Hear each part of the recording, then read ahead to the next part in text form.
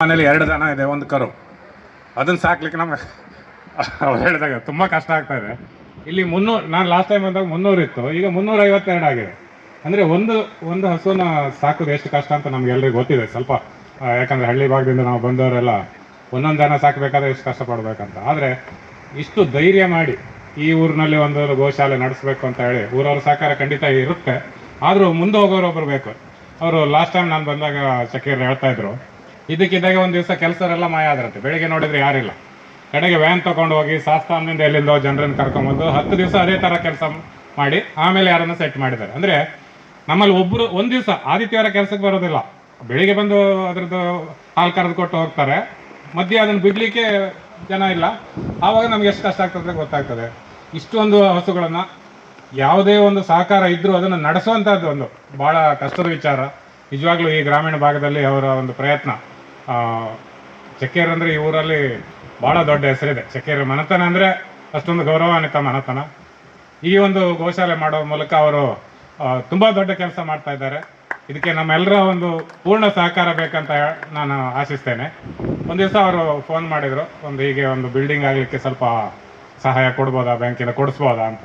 ಅದಕ್ಕೆ ನಾನು ಅವ್ರಿಗೆ ಹೇಳಿದೆ, ಆವಾಗ ಮಾರ್ಚ್ ಎಂಡ್ ಏನೋ ಬಂದಿತ್ತು, ಈಗ ಸ್ವಲ್ಪ ದಿವಸ ಸುಮ್ಮನೆ ಇರಿ, ನಾನು ಹೇಳ್ತೇನೆ ಆಮೇಲೆ ನೀವು ಕಳಿಸಿ ಅಂತ. ಆಮೇಲೆ ಅವರಿಗೆ ಟೈಮ್ ಬಂದಾಗ ಹೇಳಿದೆ, ಈಗ ನೀವು ಕಳಿಸ್ಬೋದು ಪ್ರಪೋಸಲ್ ಅಂತ. ಹಾಗೆ ಒಂದು ಮಾತು ಹೇಳಿದ್ದಕ್ಕೆ ಬ್ಯಾಂಕ್ ಕೊಟ್ಟಿದೆ, ನಾನೇನು ಕೊಡಲಿಲ್ಲ. ನಾನು ಬ್ಯಾಂಕಿನ ನಿರ್ದೇಶಕನಾಗಿರೋದ್ರಿಂದ ನನ್ನ ಮಾತಿಗೆ ಸ್ವಲ್ಪ ಬೆಲೆ ಬಂದಿರ್ಬೋದು. ಆದರೆ ಕರ್ನಾಟಕ ಬ್ಯಾಂಕು 1924ರಲ್ಲಿ ಪ್ರಾರಂಭ ಆಗುವಾಗ ಆರ್ಟಿಕಲ್ಸ್ ಆಫ್ ಅಸೋಸಿಯೇಷನ್ ಅಲ್ಲೇ ಬರೆದಿದ್ದಾರೆ, ಪ್ರಾಫಿಟಿನ 1% ನಾವು ಸೊಸೈಟಿಗೋಸ್ಕರ ಅಂದರೆ ಸಮಾಜಕ್ಕೋಸ್ಕರ ತೆಗೆದಿಡಬೇಕಂತ. As a rule 3% of profit ಅದನ್ನು CSR ಫಂಡ್ ಮಾಡಬೇಕಂತ ಬಂದಿರೋದು 2014 2014 ಇಸ್ವಿ. ಲೆಕ್ಕ ಹಾಕಿ 1924ರಲ್ಲಿ ನಮ್ಮ ಹಿರಿಯರು ಅದ್ರ ಬಗ್ಗೆ ಆಲೋಚನೆ ಮಾಡಿ ಎಲ್ಲಿಂದ ಬಂದಿದೆ, ಕೆರೆ ನೀರನ್ನು ಕೆರೆಗೆ ಚೆಲ್ಲೋದು, ಅದನ್ನು ಮಾಡಬೇಕಂತ ಆವಾಗಿಂದ ಮಾಡ್ತಾ ಬಂದಿದ್ದೇವೆ. ಆ ಒಂದು ನಿಟ್ಟಿನಲ್ಲಿ ಬಹುಶಃ ಬ್ಯಾಂಕಿಗೆ ಮುಂದಾಲೋಚನೆ.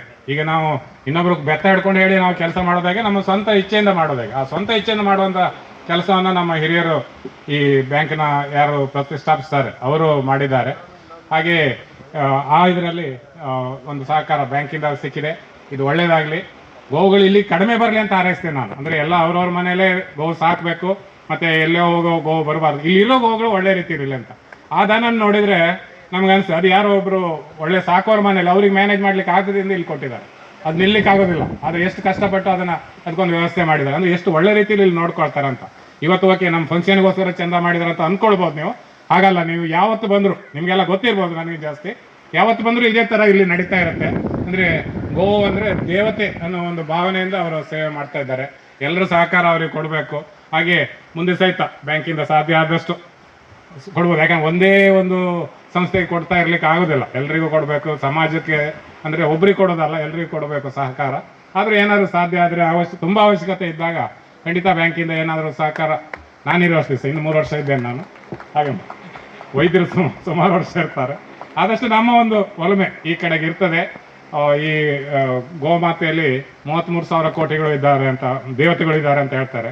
ಸೊ ಒಂದು ಗೋ ಸೇವೆ ಮಾಡಿದರೆ ಅದರಿಂದ ತುಂಬ ನಮ್ಮ ಮಕ್ಕಳು, ನಮ್ಮ ಒಂದು ಕುಟುಂಬಕ್ಕೆ ಒಳ್ಳೆಯದಾಗ್ತದೆ. ಅದೇ ರೀತಿ ಎಲ್ಲರೂ ಮಾಡಲಿ. ಇಲ್ಲಿ ತುಂಬ ಕಾರ್ಯಕ್ರಮಗಳು ನಡೀತಾ ಇರ್ತದೆ. ಚಕ್ಕೇರು ಕಳಿಸ್ತಾರೆ, ಇವತ್ತು ಈ ಕಾರ್ಯಕ್ರಮ ಉಂಟು, ಇವತ್ತು ಈ ಕಾರ್ಯಕ್ರಮ ಉಂಟು ಅಂತ. ಬರಲಿಕ್ಕೆ ಆಗಲಿಲ್ಲ, ಇದೇ ಫಸ್ಟ್ ಒಂದು ಕಾರ್ಯಕ್ರಮಕ್ಕೆ ಬರ್ತಾ ಇರೋವಂಥದ್ದು. ಆದರೆ ಎಲ್ಲರೂ ಸಹಕಾರ ಕೊಟ್ಟು ಇದು ಇನ್ನೂ ಮುಂದೆ ಹೋಗಲಿ, ಮತ್ತು ಪರ್ಮನೆಂಟಾಗಿ ಇದು ಮುಂದೆ ಹೋಗ್ತಾ ಇರಲಿ ಅಂತ ಹಾರೈಸ್ತಾ, ಅವಕಾಶಕ್ಕಾಗಿ ವಂದಿಸ್ತಾ, ಈ ಒಂದು ಸಂದರ್ಭದಲ್ಲಿ ನನಗೆ ತುಂಬ ಒಂದು ರೆಸ್ಪೆಕ್ಟ್ ಕೊಟ್ಟು ನೀವು ಕರೆದಿದ್ದೀರಿ. ಖಂಡಿತ ಅಷ್ಟೇನು ಕೊಡಬೇಕಾದ ಅಗತ್ಯ ಇಲ್ಲ, ಬ್ಯಾಂಕ್ ಕೊಟ್ಟಿದೆ. ಆ್ಯಂಡ್ ಡಿಸರ್ವಿಂಗ್ ಕೇಸ್, ಆದ್ದರಿಂದ ಅದರಲ್ಲೇನು ಅಂಥ ದೊಡ್ಡ ವಿಷಯ ಇಲ್ಲ ಅಂತ ಹೇಳ್ತಾ ನಾನು 2 ಮಾತನ್ನು ಮುಗಿಸ್ತೇನೆ.